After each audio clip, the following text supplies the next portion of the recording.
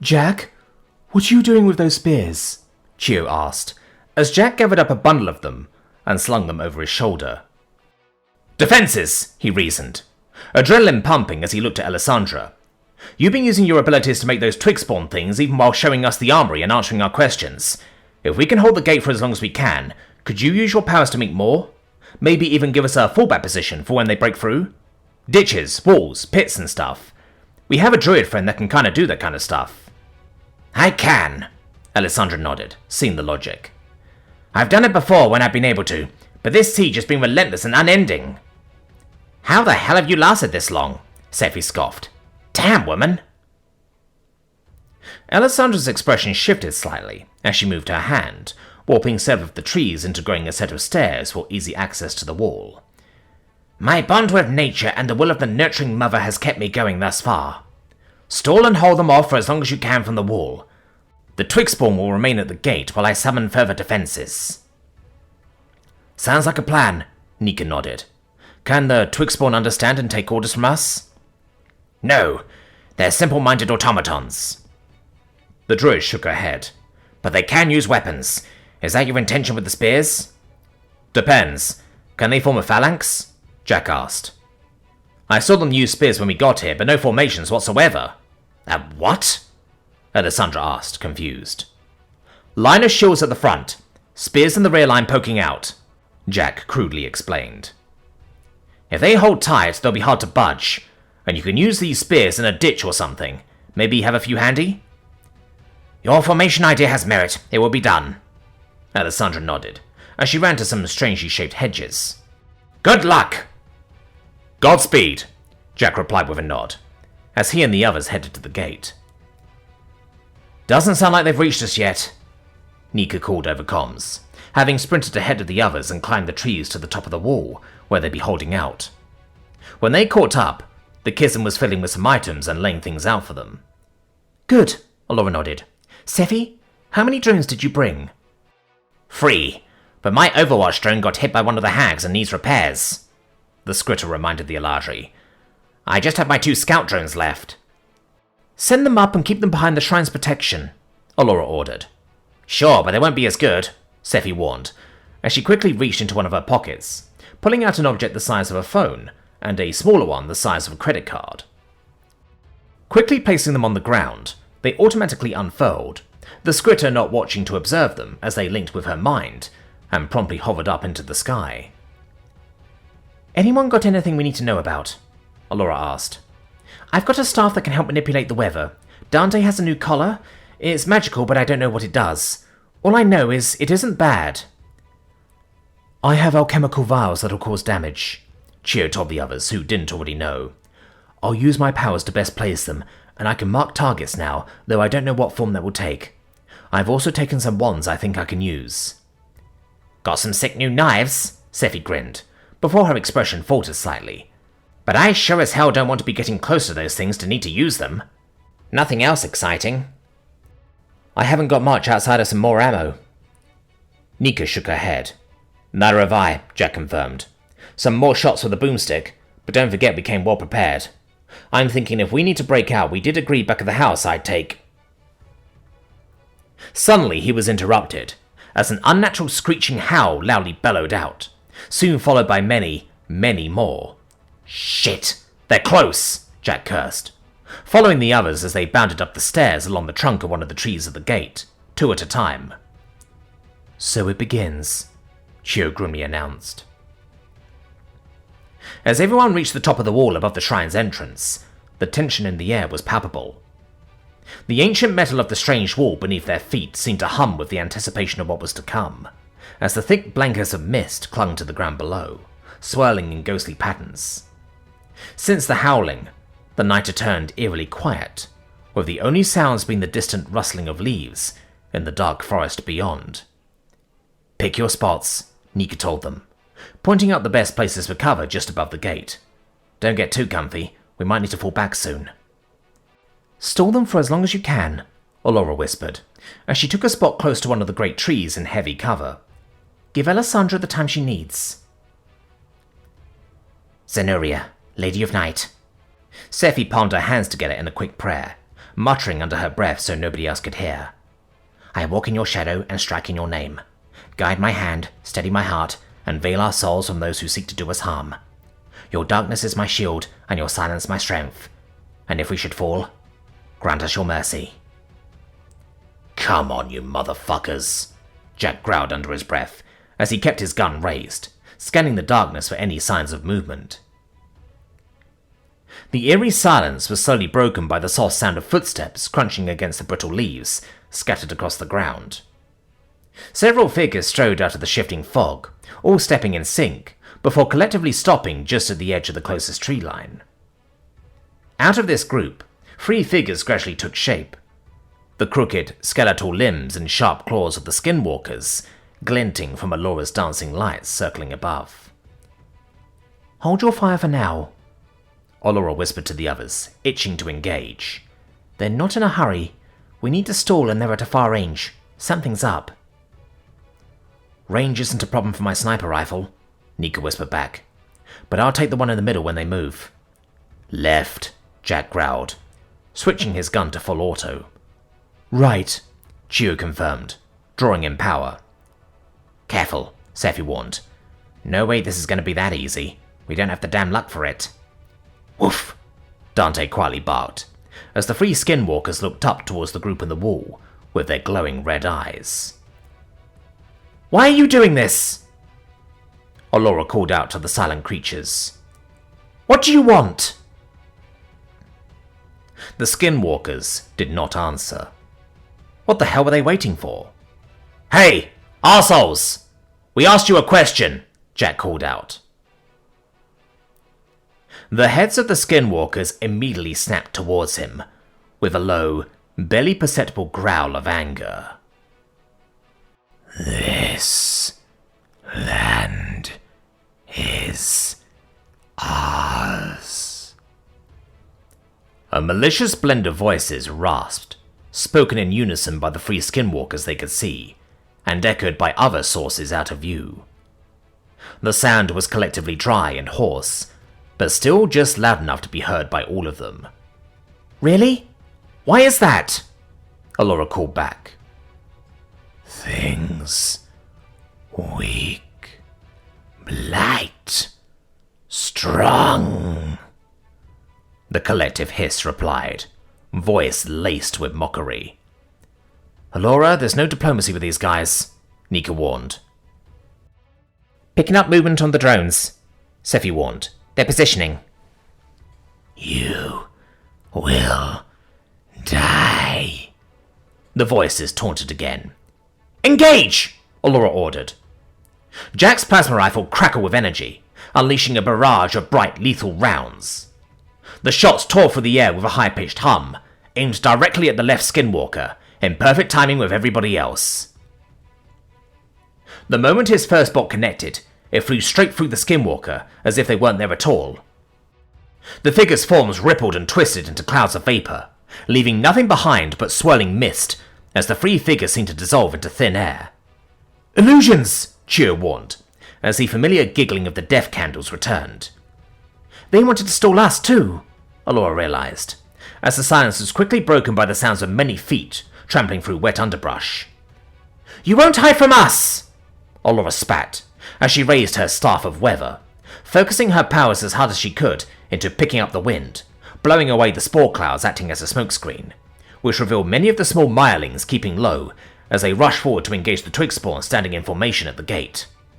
Let's go, motherfuckers! Jack yelled out, as he took aim at the largest cluster of advancing enemies he could see and squeezed the trigger, sending a bright burst of plasma lighting up the night for a brief moment as it tore through the corrupted creatures, vaporizing many on the spot, their bodies disintegrating into a puff of spores and ash.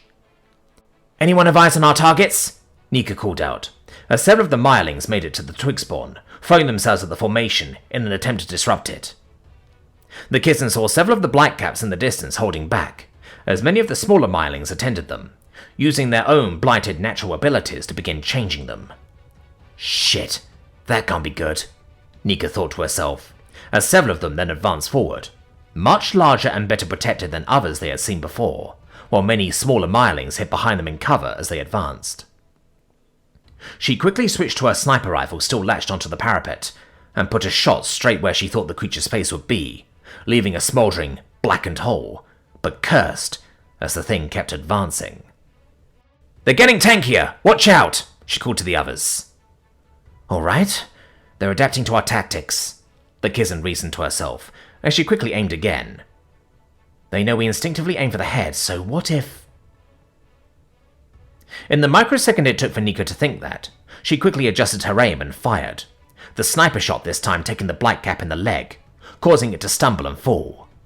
"Nice try!" she grinned, as she rapidly switched to her plasma rifle and took out several of the Myrlings too slow to find new cover, aided by several of the twig spawn that were joining them on the wall, with bows and arrows dutifully firing away, though without any sense of prioritization. "At least make these guys use flaming arrows," she grumbled, though cursed on seeing several of the Myrlings attend the vanguard of Blight Caps, working on strengthening their limbs too. "Damn! Where are they?" Chio cursed to herself, desperately looking for priority targets, knowing they had to be around somewhere. Spotting movement at the edge of the forest that looked like a flowing robe, Chio quickly sent a water blast at it, cursing as the illusion puffed out of existence. "I have to take out these death candles before we run out of ammo shooting their illusions." The Ilithi narrowed her eyes, focusing her senses as they cycle through different transitional planes, trying to find one that could allow her to see the death candles, even when they shifted in and out of normal sight. Finding one, and reaching out with her mind, Chio focused her third eye into the ethereal plane. "Makes sense you'd use this place," Chio thought, as she could sense the death candles manifest between this plane and the physical, but being able to see them on both sides at once, as they flitted about like invisible ghosts, projecting their illusions to aid their fellow monsters. With a deep breath, Chio extended her mental focus, and the world around her slowed. She locked her eyes onto a spot in the mist where one of the death candles was manifesting, timing it just right as she raised her hand and launched a pulse of kinetic energy, smacking the skull-like spirit dead on, sending a ripple through the air that tore the death candle apart. One down, she thought to herself, her focus intensifying as she drew in more power. She had to quickly duck down as a ball of ice was flung at her by another death candle, and she returned fire with another kinetic blast that disrupted the creature, killing it for good, to which the remaining death candles that she could see pulled back. "There's a few fewer distractions for now," Chio told the others, "but where are the damn hags?" The question was immediately answered, as suddenly a bolt of dark, crackling energy streaked through the air, aimed directly at Jack. "Jack, watch out!" Chio warned, as she also sent her will through the ring of marking towards the robed hag hiding among the trees, who began to glow as wisps of blue spiritual flames covered them from head to toe. "Everyone, target marked!" Jack barely had time to react to the spell flung his way, reflexively twisting his body to avoid the brunt of it as it grazed his side. "Fuck!" he grunted, as a cold, numbing sensation tried to spread through his body, sapping his strength and energy before he focused his mind and ignored the pain, returning fire on the hag that had attacked him. "Jack, are you alright?" Allura asked, quickly placing her palm on his side where the spell hit, and channeling some radiant energy to numb the sensation. "I'm good," he confirmed, as he let loose another burst of plasma fire, the shot smacking into the tree the hag was trying to hide behind, before a series of warning barks from Dante roared out. "Below!" Scifi alerted them, as a formation of Blight Cats made it to the bottom of the earthen ramp, pushing up towards the gate, forcing everyone to concentrate their fire on the immediate threat, as the giant mushrooms fought their way ever closer to the gate. "Using bombs," Chio warned, raising a hand and focusing her telekinetic powers as she floated several of the alchemical devices and acid vials around her. "Keep them off me!" With sharp mental commands, Chio began launching the concoction straight into the advancing Blight Caps, ignoring the Myrlings for the moment. The first acid vial spun through the air, propelled as fast as the Ilithi could manage, before it smashed into the face of a lumbering Blight Cap, its thickened fungal hide sizzling as the acid burned through. The creature flailed back, its club-like limbs smashing into the Myrlings around it, before it collapsed in a heap, the acid eating away at its form. Next, she sent a cluster of alchemical bombs shooting forwards, slamming down into the densest part of the horde at the foot of the ramp, exploding in a bright flash of fire and smoke, engulfing the creatures below in a fiery inferno. The mirelings screeched and flailed as their bodies ignited, fully consumed by the blast. "Keep going," Allura called out, as the Eladri then began casting, finishing the spell by raising her wand and shooting a red bead down towards the ground before snapping back into cover. Chio gritted her teeth as she took up several of the grenades with her powers, raising them up and hurling them with precision into the biggest clusters of blight caps she could see. They detonated with a deafening roar, sending chunks of fungal flesh and spore clouds spewing in every direction, mixing with the acrid smoke of the blast. "Well done," Allura praised. "Keep it up, everyone. We're doing well." As the battle raged on, the horde abruptly surged forward with renewed aggression, as a massive blight cap lumbered up to the front, its bloated, spore-laden form pulsing with an ominous glow. The group barely had time to react to the sight before the creature picked up speed, rushing straight toward the last Twigspawn defenders down below in a full-on sprint. "Look out!" Nika shouted in warning, as the blight cap's body swelled grotesquely as it neared the entrance, its fungal sacs expanding like overfilled balloons. "Shit! Take it down!" Scifi and Jack immediately unleashed bursts of plasma, trying to take the creature down before it reached them, but it was too late. The bloated blight cap charged and slammed into the formation of Twigspawn, its body expanding rapidly as it reached the breaking point. A sickening wet sound echoed through the air, followed by a deafening boom! The blight cap detonated in an explosion of spores, acidic slime, and shrapnel-like fungal matter. The force of the blast shook the ground and sent shockwaves rippling through the battlefield, as debris flew everywhere, taking out the last defenders at the gate, and several of the attackers nearby. Scifi was flung backwards off the wall with the force, quickly unfurling her wings to control her descent to the ground below. Allura was pushed back to slam painfully against the tree until she was steadied by Jack, who just about managed to keep his feet. Dante quickly blinked back to him mid-fling, while Chio safely floated to the ground with Nika desperately clutching onto her. "Everyone, fall back!" Allura shouted, clutching her side as pain lanced through her body, though she quickly had the wits to cast a healing spell on herself. "We can't hold here. Who's hurt?" "They're below," Jack told her, as he took aim down range and unleashed a full auto volley at the monsters climbing the dirt ramp, while Dante barked, sparking with electrical energy as he summoned several balls of lightning amidst the growing sea of enemies, visibly draining him as the Tesla calls struck out all around them. "Go! I'll hold them off and follow behind you." Allura nodded, not wanting to argue as she quickly made her way down the steps of the tree, maintaining her focus as she reinvigorated the divine protection she had cast over the group. Dante followed her as they reached the bottom and quickly ran to the secondary defences, a hastily constructed barricade made of thick roots and unearthed stones.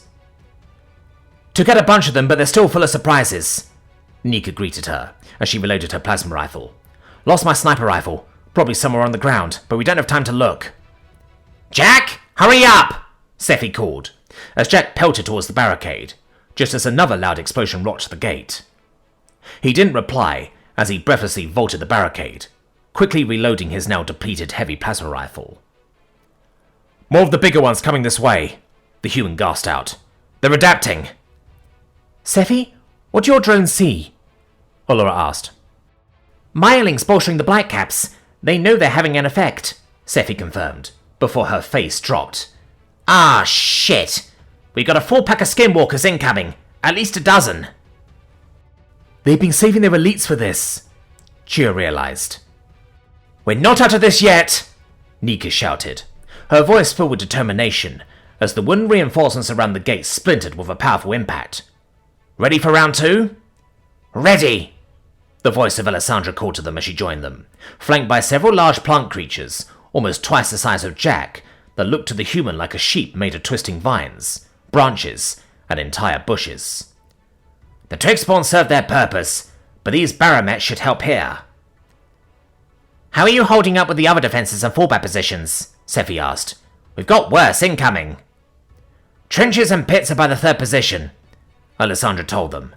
"They'll allow us all to pass without harm if we need to run there. I have something else which is building. If we can hold off until it is complete, you can make your push to the ritual site."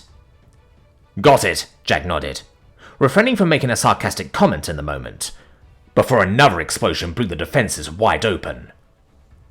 "Hold the line!" Allura yelled, her wand and spear at the ready, as Mirelings and Blightcaps flooded through the shattered gate, surging forward, before Jack unleashed a grenade from his launcher, blasting the front line to smithereens. "Use the bottleneck!" Nika told them, as she threw an incendiary grenade, the device detonating in a flash of white phosphorus. Meanwhile, vines and roots from below entangled any that managed to get through, summoned by Alessandra, slowing their enemies down but not stopping them as they continued to press forward. "Fuck! They just keep coming!"